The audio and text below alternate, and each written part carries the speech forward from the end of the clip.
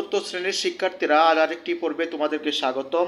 আজ তোমাদের গণিত বইয়ের 12 পৃষ্ঠার যে উপর একটি অঙ্ক আছে সেই অঙ্কটা আমরা সমাধান করব। তাহলে দেখো এখানে বলছে নিচের সংখ্যাগুলোকে বৃহত্তর থেকে ক্ষুদ্রতর এবং ক্ষুদ্রতর থেকে বৃহত্তর ক্রমে সাজিয়ে চিহ্ন দ্বারা প্রকাশ করি।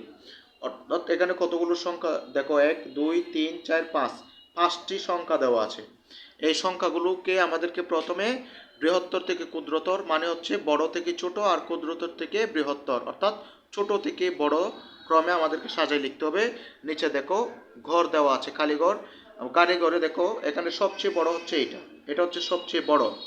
6,47,12,935, এটা আমরা এখানে লিখে নিয়েছি 6,47,12,935। এরপরে সবচেয়ে ছোট সংখ্যা হচ্ছে এইটা, এটার পরে হচ্ছে এইটা 7,63,981, 7,63,981। এরপর হচ্ছে ছোট সংখ্যা, এটা 3,54,000, 3,54,712।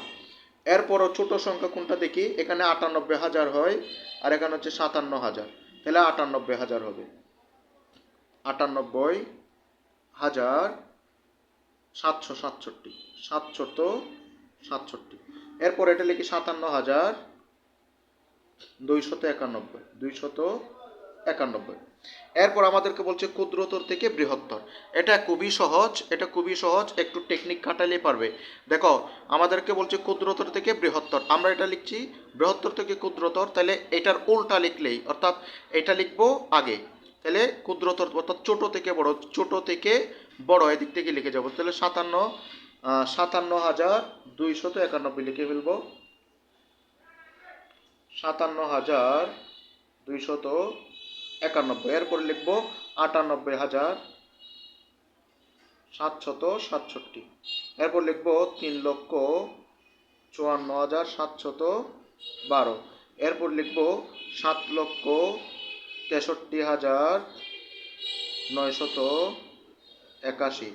এরপর লিখবো 6,40,12,935। এরপরে 4 নম্বর অঙ্কটা দেখো। 4 নম্বর অঙ্কে বলছে এখানে 1 2 3 4 5, এখানে 5টা সংখ্যা দেওয়া আছে। 5টা সংখ্যার মধ্যে ক নাম্বার বলছে সংখ্যাগুলোর মধ্যে কোনটি বৃহত্তম, তাহলে এখানে কোনটি বৃহত্তম দেখো তো। এখানে 5টা সংখ্যা, এখানে 5টা অঙ্ক আছে, এখানে 6টা অঙ্ক, এখানে 7টি অঙ্ক, 1 2 3 4 5 6 7, এখানে 8টি অঙ্ক আছে, এখানে 6টি, এখানেও 6টি। তাহলে এখানে অঙ্ক আছে 6টি, এখানে অঙ্ক আছে 6টি, এখানে আছে 8টি। তাহলে এখানে সবচেয়ে বড় হচ্ছে এইটা, এটা আমরা আগে লিখি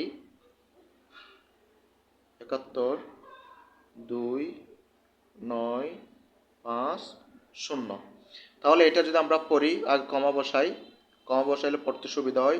6,57,12,950। এবার বলছে সংখ্যাগুলোর মধ্যে কোনটি ক্ষুদ্রতম। এখানে সবচেয়ে বড় কোনটা দেখো তো। এখানে সবচেয়ে বড় সংখ্যাটি হচ্ছে এই যে 5,83,296। 5,83,000, দেখি এর চাইতে ছোট আছে কিনা।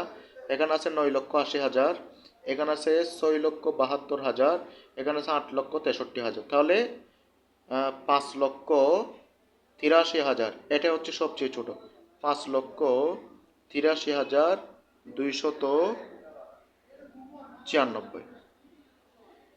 ধন্যবাদ সবাইকে এতক্ষণ ক্লাসে মনোযোগ দিয়ে থাকার জন্য। দেখা হবে আরেকটি ক্লাসে।